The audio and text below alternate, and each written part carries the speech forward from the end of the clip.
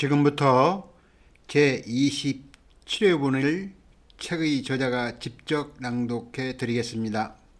7. 영어 공부의 중요성과 대학 졸업 후 사회생활을 생각해보다. 많은 사람들이 우리나라가 선진국 대열에 끼지 못하고 후진국 대열에서 오르락내리락 하던 시절에는 이토록 영어가 중요한지는 잘 몰랐을 것입니다. 그저 외국인과 접촉하는 사람들이나 통역하는 사람, 무역하는 사람과 외교관 정도만 영어를 하면 될 줄 알았을 것으로 생각됩니다. 또 그런 것이 예전에는 통했습니다. 그리고 국민 대다수는 우리나라 말만으로도 충분히 잘 지냈습니다.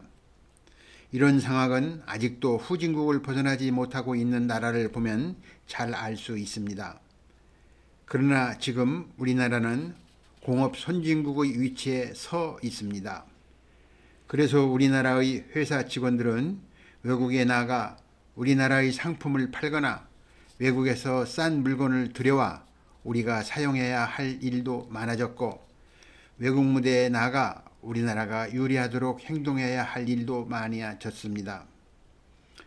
사실 우리나라 사람이 일상생활에 쓰는 물건 중에 순수하게 국내에서 100% 만들어지는 것이 얼마나 되겠습니까?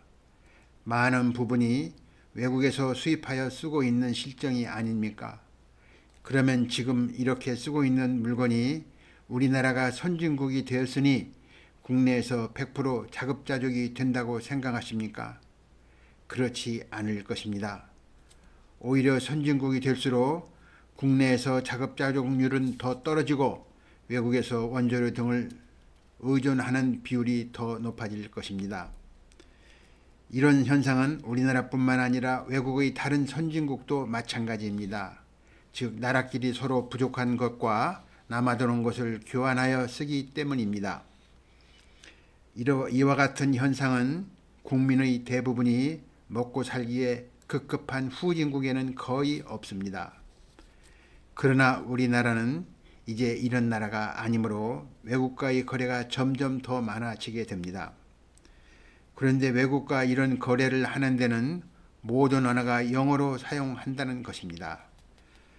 그러니 지금도 그렇지만 앞으로는 더욱 기업에서 돈을 벌어들이는 중요한 위치에 있는 사람은 모두가 영어가 숙달되지 않으면 아무리 사람이 착실하고 능력이 있어도 중요한 위치에 오를 수가 없는 것입니다. 그럴 수밖에 없는 것이 우선 외국인과의 접촉에서 말과 글이 통해야 하는데 영어를 떠듬거린다든지 영어 한마디 못한다면 어떻게 이런 분을 회사에서 채용하겠습니까? 만약에 회사에서 이런 분을 채용한다면 영어를 쓰지 않아도 되는 부서에 배치하게 될 것입니다. 이렇게 된다면 미래 사회에서 이런 분은 아마도 사무직이나 전문 기능직으로 우대받으며 근무하기는 점점 어려워질 것으로 보입니다. 그러니 이런 분이 일하거나 근무하는 곳은 뻔히 나타난다고 생각됩니다.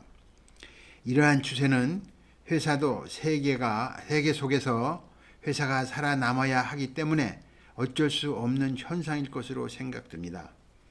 저를 포함해서 이 시대는 나이 드신 어른들이 생각하시는 그런 지구가 아닙니다. 더구나 아직은 어리지만 우리 아이들이 성인이 되어 지구촌에서 살아갈 때는 이미 세상은 더욱 많은 변화를 겪을 것으로 생각됩니다. 그리고 우리나라는 이러한 세계의 변화를 이끌어가는 중심 안에 서 있어야 한다고 생각합니다. 그렇게 되려면 계속하여 인재를 많이 키워야 합니다. 그래서 부모님들께서 내 아이를 인재로 만들기 위한 자녀 교육이 필요하고 그 중심이 되는 교육에는 영어 공부가 기본적으로 필수적이라고 생각합니다. 현실적으로 볼 때 우리나라는 인터넷 문화가 무척 발달한 나라로서 웬만한 정보와 지식은 한글로 얻을 수는 있습니다. 그러나 좀 더 앞서가는 새로운 최첨단 학문이나 지식을 연구하거나 접근하려면 영어로 된 인터넷 사이트나 최첨단 기기를 이용해야 이러한 선진 문화와 지식을 접할 수 있는 것입니다.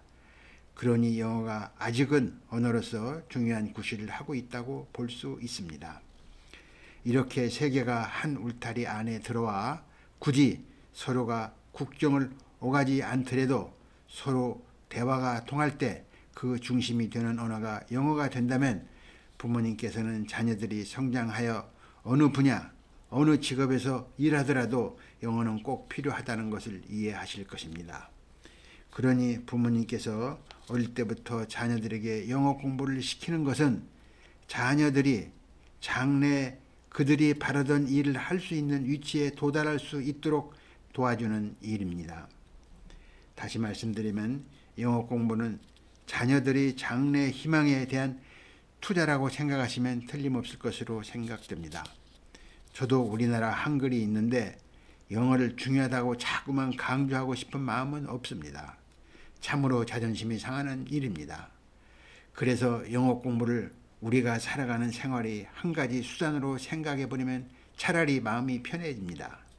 그저 취직시험 문제라고 생각해도 좋고, 축구하는데 축구공이라고 생각해도 좋고, 수영하는데 수영복이라고 생각해도 좋고, 걸어다니는데 신을 신발이라고 생각해도 좋습니다. 또 필요하니까 할 수 없이 쓰는 물건이라고 생각해도 좋습니다. 이렇게 생각해 보면 한편 생각으로는 세상을 좀 더 넓게 보셔야 합니다. 우리나라는 후진국이 아닙니다. 선진국 대레에 낀 나라입니다. 앞으로 우리나라는 세계 속에서 중요한 위치에 서서 세계를 움직일 수 있는 나라가 되어야 하며 그 역할을 부모님의 자녀들이 해야 합니다. 그리고 지금은 옛날의 50년, 100년이 불과 3년, 5년으로 압축되면서 급속히 발달하고 있는 시대입니다. 그러니 부모님의 자녀들이 생활하는 10년, 20년 후의 생활을 상상해 보십시오. 모든 주위의 환경은 빠르게 변하겠지만 그래도 따라갈 수는 있습니다. 그러나 영어 공부는 시기를 놓치면 10년, 20년 후에 전개되는 세상에 적절히 대처하면서 성공한 사람으로 남기가 어렵다고 생각됩니다. 현대사회는 지식의 사회입니다. 인터넷의 발달로 세계는 이제 한 동네와 같이 모든 정보나 사건, 모든 사업이나 일까지도 그저 앉은 자리에서 알 수 있고 또 처리하는 그런 사회입니다. 그러면 지식이라는 게 뭐냐 하는 의문이 생깁니다. 지식은 별것 아닙니다. 사람들은 사회의 각 분야마다 제각기 일하고 있는데 그 일하는 분야에 대하여 알고 있는 것이 바로 지식입니다. 그러면 지식 없는 사람은 없겠다고 말하실 것입니다. 그렇습니다. 어느 분야든지 그 분야에 일하고 계시면 지식이 있는 것입니다. 예를 들어보면 과학 분야, 인문 분야, 음식 분야, 체육 분야, 서비스 분야, 농축수산물 분야 등이 있고 이런 모든 분야에 근무하시는 분은 모두 지식인인 것입니다. 이렇게 사회의 모든 분야는 어느 하나도 대학의 정규 과목에 빠지는 것이 없고 모두 포함되어 있으며 이런 분야의 실무적인 지식을 습득하려고 해당 학과가 있는 대학에서는 많은 노력을 하고 있습니다. 여기서 지식 중에 어느 지식이 다른 어느 지식보다 더 나은 지식이라고 말할 수는 없다고 생각됩니다. 왜냐하면 각 분야에서 상위권에만 든다면 사회적으로 충분히 최고의 위치에 오를 수 있기 때문입니다. 언제부터인지 우리 사회가 꼭 1등을 해야만 되는 것처럼 되어 있는데 저는 꼭 1등까지는 할 필요가 없다고 생각합니다. 왜냐하면 어떤 분야이든 계속하여 1등을 할 수는 없는 것이고 또 혼자서 사는 것도 아니기 때문에 그리고 이 사회란 3등도 있고 15등도 있으며 72등도 있으며 꼴찌인 100등도 함께 어울려 사는 것이 이 사회이기 때문입니다. 사실 학교를 졸업하고 사회에 나오면 학교 때만 있었던 등수는 없어집니다. 잘 아시다시피 사회에 나오면 새로운 등수가 매겨지게 되는데 이때는 등수라기보다는 등급이라고 표현하는 것이 오히려 좋을 듯 합니다. 어쨌든 뭐든지 표현하든 어떻든 뭐라고 표현을 하든지 간에 이 등급을 갈라놓는 중요한 요인은 자기 자신이 결혼하여 가정을 가지고 긴 인생을 살아가는 데 꼭 필요한 생활 능력입니다. 이 생활 능력을 여러 가지로 표현할 수 있겠지만 이 역시 이런 말 저런 말을 아무리 해보았자 결국은 생활 능력이란 돈 버는 능력이라고 말할 수 있다고 생각됩니다. 그래서 이 돈 버는 능력을 키우려고 공부도 하는 것이요, 좋은 대학에 가려고 하는 것이라고 생각합니다.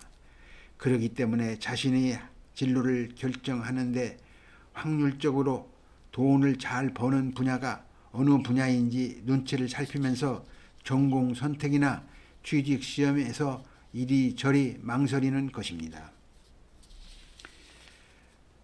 그러면 학교에서 지식만 쌓으면 사회에 나와 돈을 잘 벌 수 있느냐 하는 의문이 생길 것입니다. 그것은 그렇지 않다고 대답할 수밖에 없습니다. 왜냐하면 학교에서 배운 지식은 사회에 나와서 돈을 벌 수 있는 기초 중의 기초일 뿐이기 때문입니다. 그러면 지식 이외에 더 필요한 것이 뭐냐고 물으실 것입니다. 지식 외에 더 필요한 것은 경험입니다. 그러니 졸업 후 그 분야에서 경험을 쌓기 시작해야 합니다. 학생이 학교를 졸업하고 사회에 나오면 본인이 가려고 하는 분야에 이미 지식과 경험이 풍부한 기라성 같은 분들이 자리를 잡고 있습니다. 그래서 학교를 졸업한 학생이 사회에 진출한다는 것은 자기가 가고자 하는 분야의 맨 꼴찌인 100등으로 자리를 잡는 것입니다. 이렇게 되기 때문에 이 사회는 항상 1등과 100등이 한데 어울려 사는 사회가 되는 것입니다. 그러면 이 말로써 돈 잘 버는 능력이라는 것이 대한 설명이 끝나냐 하는 것입니다. 물론 그렇지 않습니다. 이제 100등으로 출발한 이 사회의 신입생들은 경험을 쌓기 시작해야 합니다. 100등에서 95등으로 그리고 90등으로 시간과 세월이 흐르면서 봉급은 조금씩 오를 수 있습니다. 그때부터 지식과 경험을 토대로 자기 관리를 해야 합니다. 그래야 좀 더 나은 등급으로 오를 수 있습니다. 이것이 안 되면 등급이 오르기 좀 어렵습니다. 그러나 이 사회에서 한데 어울려 사는 데는 별 무리가 없습니다. 왜냐하면 사회는 1등에서 100등까지 어울려 사는 곳이기 때문입니다. 어쨌든 학교 졸업생은 사회 등급 중 맨 꼴찌인 초년생이란 말로 결론 지을 수 있는데 가능한 한 젊은 시절에 계획을 잘 짜서 선택한 분야에서 상위권에 진입하려고 꾸준히 노력해야 합니다. 노력하면서 세월이 지나다 보면 상위권에서 자리를 차지했던 기라성 같은 사람들이 차츰차츰 그 자리를 물려주기 때문입니다. 그러나 분야마다 특성은 있어서 약간은 다르겠지만 살다 보면 사회적 등급은 그리 중요한 것이 아니라고 생각됩니다. 어떻게 살아가야 하느냐가 더 중요할 수 있기 때문입니다. 여기까지 제27회 분의 낭독을 마치겠습니다. 감사합니다.